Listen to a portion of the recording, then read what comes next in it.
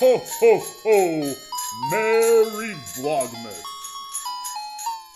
Hey, what's going on? Welcome back to the channel. My name's Griffin, and this is Griffin Projects Vlogmas day number 20, or in German, Zwanzig. You're welcome. We're going to talk more about that in a second.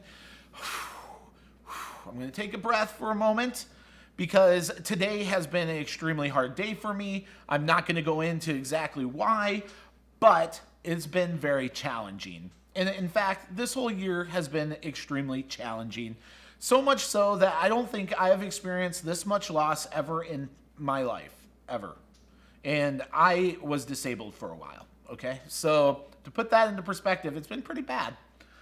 At any rate, my original plan was to do something fun and exciting for Vlogmas, but by the time everything got going and I went out and tried to film, nothing was coming together. It just made it more difficult. And at any rate, I went home and I'm recharging my batteries and all that stuff. But it's something that I wanted to talk about on Vlogmas because holidays sometimes are difficult. This year has been difficult. There's been so many challenges, so much adversity in this year. I kind of wanted to speak to how the hell I'm getting out of bed every morning. I guess I'm hoping that some of my own techniques, after being shared, can be put into use and is helpful to you. If not, I don't know. I don't know what to say about that. All right, let's get to numero uno. The first one is doing something small and accepting that win.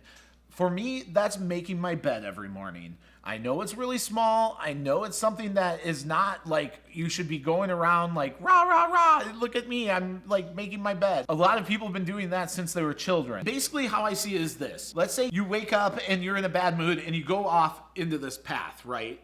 But here's the thing, is if you take the time and make your bed, you just switched onto this more productive, more positive, whatever path, and hopefully that will help with stacking some more positive things that might happen that day for you. Well, there's a ton of studies online why this is very important, so I'm not going to belabor it too much, but just know that it's something new that I've been doing that I absolutely think has been kind of a game changer in making sure that my mornings are awesome. This is coming from someone that usually hopped right out of bed and started singing to his dogs, okay? So I didn't really have morning problems really, but this year has been really challenging. So having that one thing that kind of sets off the day right has been huge. Number two is having something that you make time for every single day. For me, that's Duolingo, okay? It's a huge goal of mine in my life to have some sort of fluency with a different language. For me, it's German. I really, really, really want to be able to speak conversational German. I would love to maybe live in Germany one day. It's just a huge goal of mine, right? But what I'm saying big picture wise is that having something every single day that's just yours, that no one can encroach on, is so very important. Now, I'm not saying take hours and hours and hours. Maybe some days it needs to be that. But I'm talking about one thing a day that's just yours. You have a force field around and no one can F with that time. And for me, it's doing Duolingo. For you, it might be reading. Maybe it's having a coffee in the morning before everyone gets up. I'm not sure what it is, but making sure that you do it every single day. I've been doing Duolingo now for 275 days straight without missing. That's crazy. If you want to learn another language, I would highly suggest Duolingo. It is awesome. The third and final thing that I have to say about dealing with adversity is keeping your support system close. What do I mean by that? I mean, anyone that you enjoy their company enough, they're part of your support system. They're part of the people that kind of keep you level on an even keel, you know? And it's so important because I think as things get busy or you get down or things are challenging or work's busy or this or that or whatever, there are so many times that I hear from people that they are regretful about not staying in touch with people.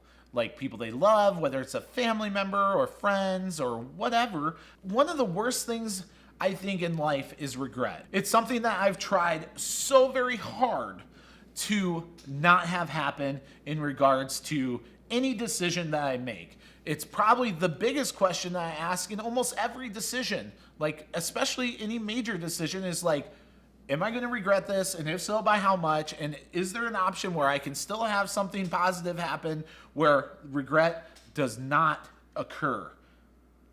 And that's usually the route I pick. And thankfully, because of that, my life has been relatively regret-free as far as like my own actions and the things that I can control. I hear from a lot of people about regret for this, regret for that. But sometimes you just have to make a choice. You have to make a conscious decision to change and do something, you know, and do the right thing. Like, the big thing, like I'm saying with support system, is the regret that you don't talk to your friends or family as much. I know it's easier said than done, but you have to take control at some point, okay?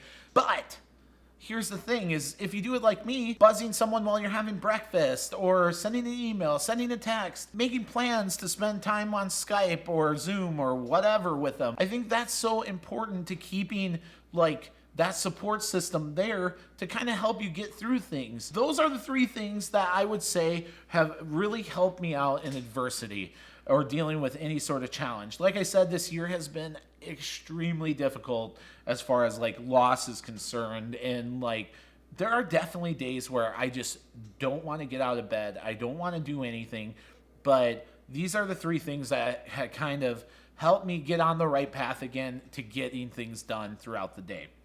Now, if you have any other suggestions or you want to comment about my list, make sure you do so down below in the comment section. If you like this video, make sure you like it down below as well. We have 5 more days of Vlogmas left. One thing I can guarantee is they will be more entertaining than this video, but I don't know if they'll be as helpful. It's a trade-off.